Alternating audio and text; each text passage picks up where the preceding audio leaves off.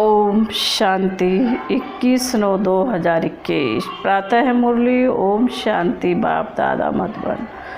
बाबा कहते हैं, मीठे बच्चे, नाम रूप से न्यारी कोई चीज़ नहीं होती। आत्मा व परमात्मा को भी नाम रूप से न्यारा नहीं कहेंगे। उसमें भी अविनाशी पाठ नुदा हुआ है। प्रश्न है, शिव बाबा को भोलानाथ कहकर याद करते हैं, उसे भोला क्यों कहा जाता है? बाबा का उत्तर, क्योंकि बाप ही अहिल्याओं, गणिकाओं, कुब्जाओं का भी उद्धार करते हैं। उन्हें विश्व की राजाई का वर्षा दे देते हैं। मनुष्य तो बाप के लिए कह देते हैं, दुख भी वह देता है, सुख भी वह देता है, परंतु बाबा कहते हैं, मैं तो तुम बच्चों के लिए सुख का राज्य स्थापन करता हूँ। मुझे दुख हरता सुख करता कहा जाता है। विचार करो कि मैं बाप अपने बच्चों को दुख कैसे दे सकता हूँ। बाबा कहते, विचार करो, मैं बाप अपने बच्चों को दुख कैसे दे सकता हूँ। गीत है, दूर देश का रहने वाला आया देश पर आए। ओम शांति। रूहानी बच्चों ने गीत सुना, अर्थात रूहों ने इस शरीर की कान रूपी कर्मेंद्रियों द्वारा गीत सुना। दूर देश से मुसाफिर आया है, तुम सब मुसाफिर हो ना। बाबा कहते हैं, जो सब मनुष्य मात्र आत्माएं हैं वह सभी मुसाफिर हैं। आत्माओं का कोई भी घर नहीं है। आत्मा है निराकार। निराकारी दुनिया में रहने वाली निराकारी आत्माएं हैं। उसको कहा जाता है निराकारी आत्माओं का घर। देश व लोक, इसको जीव आत्माओं का देश कहा जाता है। वह है आत्माओं का देश। फिर जब आत्माएं यहाँ आकर शरीर में प्रवेश करती हैं तो निराकार से साकार बन जाती हैं। बाबा कहते हैं, ऐसे नहीं कि आत्मा का कोई रूप नहीं। रूप भी जरूर है, नाम भी है। इतनी छोटी आत्मा कितना पार्ट बजाती है इस शरीर द्वारा। बाबा कहते हैं, हर एक आत्मा में पार्ट बजाने का कितना रिकॉर्ड भरा हुआ है। रिकॉर्ड एक बार भर जाता है, फिर कितना भी रिपीट करो वही चलेगा। वैसे आत्मा इस शरीर के अंदर रिकॉर्ड है। उसमें 84 जन्मों का पाठ भरा हुआ है। जैसे आत्मा निराकार है, वैसे बाप भी निराकार है। कहाँ कहाँ शास्त्रों में लिख दिया है वह नाम रूप से न्यारा है। बाबा कहते हैं, कहाँ, परंतु नाम रूप से कोई बाबा कहते हैं, परंतु नाम रूप से न्यारी कोई वस्तु होती नहीं। आकाश भी फूलार है, नाम रूप तो है ना। बिगर नाम के कोई भी चीज़ होती नहीं, मनुष्य समझते हैं। परमपिता नाम रूप से न्यारा है। अगर नाम नहीं तो रूप भी नहीं, देश भी नहीं, फिर तो कुछ भी नहीं हो सकता। बुलाते भी हैं दूर देश का रहने वाला परम पिता। अब दूर देश में आत्माएं यहीं रहती हैं। यह आकाश देश है। बाबा कहते, यह साकार देश है। इसमें दो का राज्य चलता है, राम राज और रावण राज। बाबा कहते हैं, यह साकार देश है, इसमें दो का राज चलता है, राम राज और रावण राज।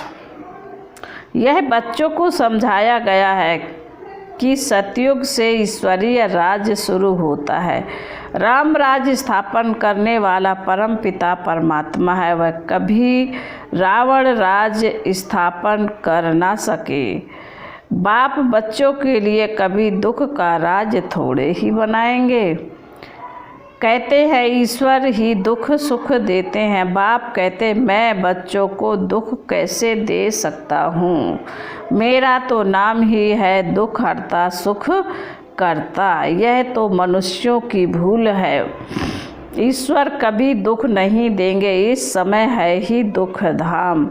आधा कल्प रावण राज्य में दुख ही मिलता है, सुख की रत्ती नहीं। सुख धाम में कभी दुख होता नहीं, बाप स्वर्ग का रचयिता है। अभी तुम हो संगम पर, इनको नई दुनिया तो पुरानी भी नहीं कहेंगे। नई दुनिया का नाम ही है स्वर्ग, वही फिर पुरानी दुनिया बनती है। नई चीज़ जब पुरानी खराब दिखाई पड़ती है तो पुरानी चीज़ को खलास किया जाता है। मनुष्य विष यानी विकारों को ही सुख समझते हैं। गाया भी जाता है, अमृत छोड़ विष काहे को खाए। ग्रंथ में गुरु नानक के भी अक्षर हैं।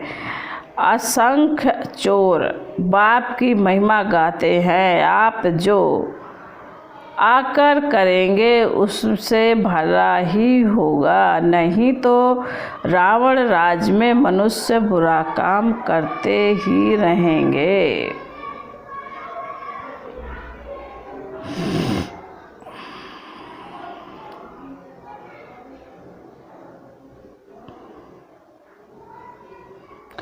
बाप ही आकर मूत पलीती कपड़े धोते हैं। ग्रंथ में बहुत लिखा हुआ, सिंधी लोग ग्रंथ रखते हैं।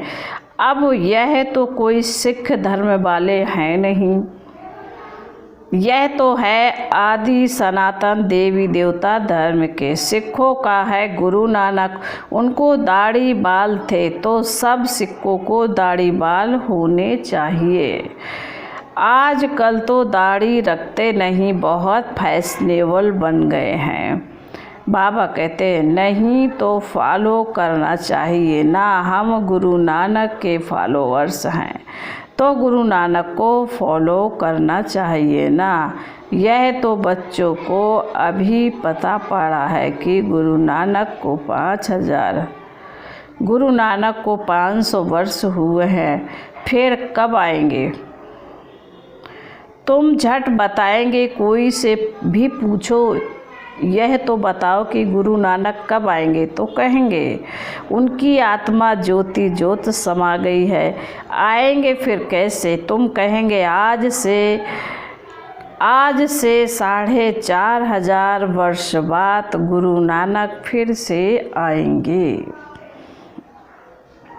तुम्हारी बुद्धि में सारे वर्ल्ड की हिस्ट्री ज्योग्राफी चक्र लगाती रहती है। बुद्धि क्राइस्ट आदि सबके लिए कहेंगे इस समय तमो प्रधान है, कब्र दाखिल है, क्योंकि कयामत का समय कहा जाता है। सब मनुष्य मात्र जैसे मरे पड़े हैं, सबकी ज्योति जैसे बुझी हुई है। बाप आते हैं सबको जगाने। बच्चे जो काम चिता पर बैठ भस्म हो गए हैं, उन्हों को अमृत वर्षा से जगाकर साथ ले जाएंगे। माया ने काम चिता पर बिठाए कब्र दाखिल कर दिया है, सो गए हैं। अब बाप अमृत छिड़काते हैं यानी पिलाते हैं। अमृत नाम इसलिए रखा है, बाप आकर अमृत छकाते हैं। अब कहाँ ज्ञान अमृत, कहाँ पानी की बात।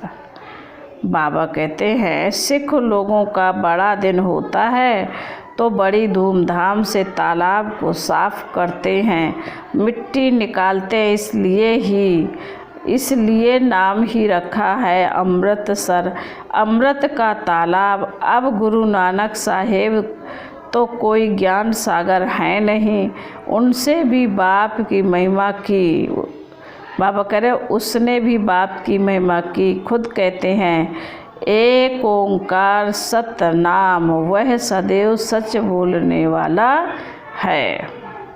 सत्यनारायण की कथा है ना, बाबा कह रहे सिंधु वर्ती लोग बाहर जाते हैं तो सत्यनारायण की कथा कराते हैं, समझते हैं सत्यनारायण की कथा से सेफ्टी से पार हो जाएंगे। अमर कथा, तीसरी की कथा, कितनी भक्ति मार्ग में कथाएं सुनते आए हैं।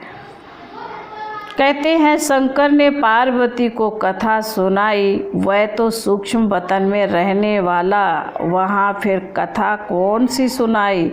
यह सब बातें बाप बैठ समझाते हैं। बाबा कहते हैं वास्तव में मैं तुमको अमर कथा सुनाकर अमरलोक में ले जाने आया हूँ। मृत्युलोक से अमरलोक में मैं ले जाता हूँ। बाकी सूक्ष्म वतन में पार्वती ने क्या दोष किया जो आकर उसको कथा सुनाएंगे। अभी तुम समझते हो कि हम नर से नारायण, नारी से लक्ष्मी बनते हैं। यह है अमरलोक में जाने के लिए सच्ची सत्यनारायण की कथा, तीजरी की कथा। तुम आत्माओं को अब ज्ञान का तीसरा नेत्र मिला है। अब बाप समझाते हैं तुम ही गुलगुल पूज्य थे, फिर 84 जन्मों के बाद तुम ही पुजारी बने हो, इसलिए गाया हुआ है आपे ही पूज आपे ही पुजारी। बाप कहते हैं मैं तो सदैव पूज्य हूँ, तुमको आकर पुजारी से पूज्य बनाता हूँ। कहते हैं हे राम आकर हमको पावन बनाओ। सब भगत पुकारते हैं, आत्मा पुकारती है हे पतित पावन। अभी तुम समझते हो कि गीता कोई कृष्ण ने नहीं सुनाई है। पावन बनाने वाला एक ही परम पिता परमात्मा है, एक ही राम। तो बाप समझाते हैं कि ओपिनियन लेते रहो। बाप समझाते हैं ओपिनियन लेते रहो कि ईश्वर सर्वव्यापी नहीं है। गीता का भगवान शिव है ना कि कृष्ण। पहले तो पूछो भगवान किसको कहा जाता है, निराकार को व साकार को। कृष्ण तो है साकार, शिव है निराकार। वह सिर्फ इस तन का लोन लेता है, बाकी माता के गर्भ से जन्म नहीं लेते। बाबा कहते हैं पहले नंबर गर्भ में आने वाली है कृष्ण की आत्मा।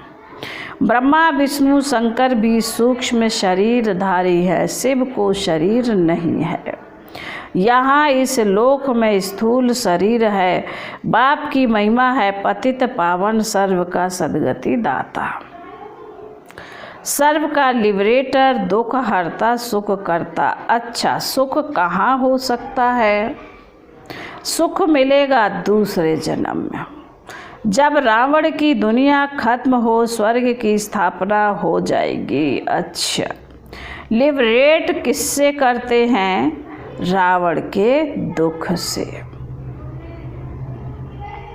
यह तो दुख धाम है ना। अच्छा फिर गाइड भी बनते हैं। यह शरीर तो यहाँ ही खत्म हो जाते हैं, बाकी आत्माओं को ले जाते हैं, सबको दुख से छुड़ाए पवित्र बनाए घर ले जाते हैं। मनुष्य जब शादी कर आते हैं तो पहले होता है पति, पीछे होती है ब्राइड्स, फिर बारात होती है। अब तुम्हारी माला भी ऐसी ही है, ऊपर में है शिव बाबा फूल। पहले फूल को नमस्कार करेंगे, फिर युगल दाना ब्रह्मा सरस्वती को।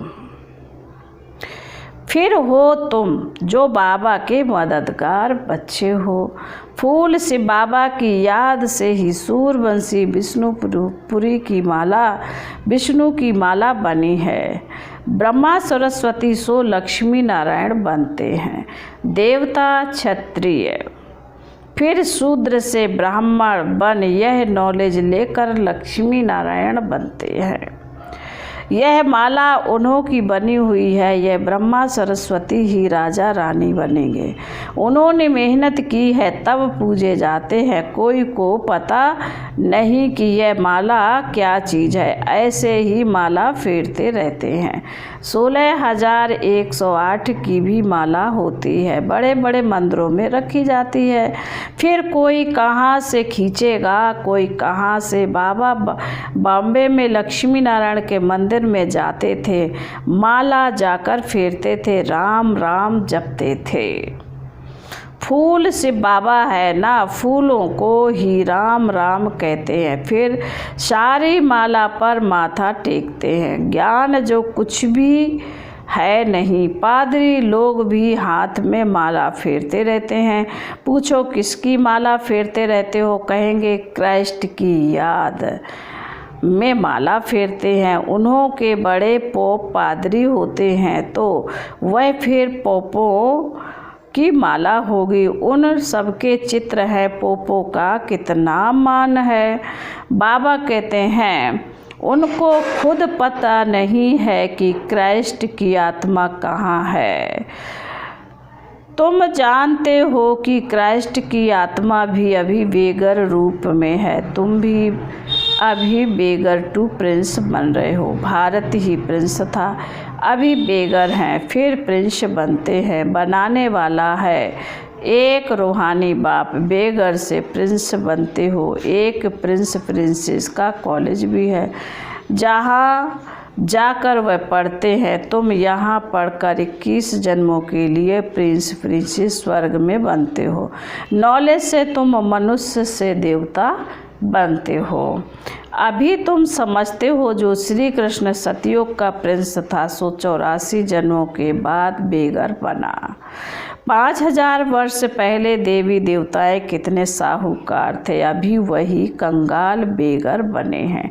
यह बातें सिर्फ तुम ही सुन सकते हो। भगवान वाचु वह सबका फादर है, तुम गॉड फादर से सुनते हो। गीता में सिर्फ भूल यह कर दी है जो शिव भगवान वाच के बदले कृष्ण भगवान वाच नाम डाल दिया है, इसलिए गाया जाता है झूठी दुनिया। इस समय सारी दुनिया कांटों का जंगल बन गई है। बॉम्बे में बबुलनाथ का मंदिर है, बाप आकर इन कांटों को फूल बनाते हैं। सब एक दो को कांटा लगाते हैं, अर्थात काम कटारी चलाते हैं, इसलिए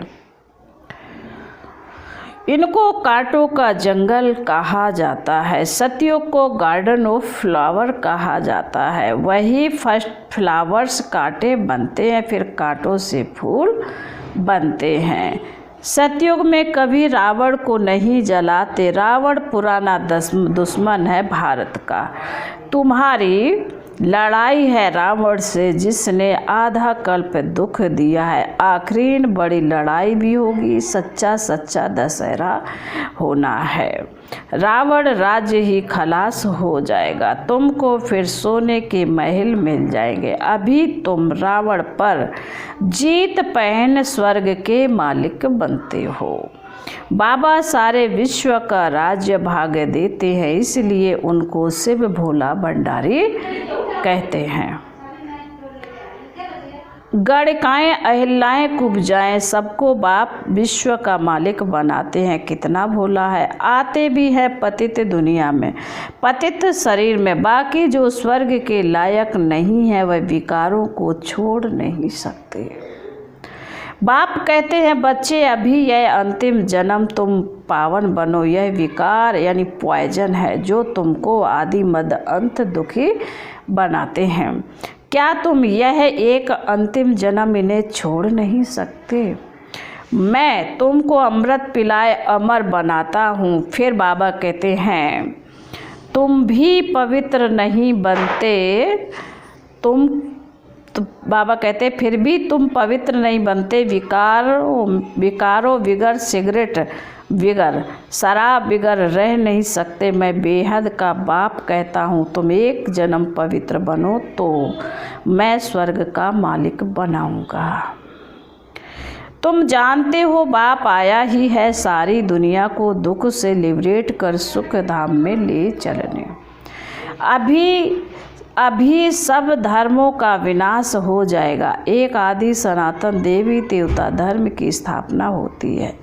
ग्रंथ में भी परमपिता परमात्मा को अकाल मूर्त कहते हैं। बाप है महाकाल, वह काल तो एक दो को ले जाएंगे, मैं तो सब आत्माओं को ले जाऊंगा। इसलिए महाकाल कहते हैं। अच्छा, मीठे मीठे शिकिल दे बच्चों प्रति माता पिता बाप दादा का याद प्यार और गुड मॉर्निंग। रूहानी बाप की रूहानी बच्चों को नमस्ते। हम रूहानी बच्चों की रूहानी बाप दादा को याद प्यार गुड मॉर्निंग और नमस्ते। ओम शांति ओम शांति ओम शांति। धारणा के लिए मुख्य सार है, बाबा कहते हैं इस अंतिम जन्म में ज्ञान अमृत पीकर अमर बनना है, स्वयं को स्वर्ग में चलने के लायक बनाना है, बुरी आदतों को छोड़ देना है। नंबर 2, अभी पढ़ाई पढ़कर 21 जन्मों के लिए स्वर्ग में प्रिंसेस बनना है। सच्ची सत्यनारायण की कथा सुन नर से नारायण बनने का पुरुषार्थ करना है। वरदान है, 1 सेकंड के दृढ़ संकल्प से स्वयं का व विश्व का परिवर्तन करने वाले रूहानी जादूगर भव। स्पष्टीकरण है, जैसे जादूगर थोड़े समय में बहुत विचित्र खेल दिखाते हैं, वैसे आप रूहानी जादूगर अपनी रूहानियत की शक्ति से सारे विश्व को परिवर्तन में लाने वाले हो। कंगाल को डबल ताजधारी बनाने वाले हो। स्वयं को बदलने के लिए सिर्फ 1 सेकंड का दृढ़ संकल्प धारण करते हो कि मैं आत्मा हूँ, और विश्व को बदलने के लिए स्वयं को विश्व के आधार मूर्त उद्धार मूर्त समझकर विश्व परिवर्तन के कार्य में सदा तत्पर रहते हो। इसलिए सबसे बड़े रूहानी जादूगर आप हो। स्लोगन है, जो स्वराज अधिकारी आत्माएं हैं वे कभी पर अधीन नहीं हो सकती। ओम शांति।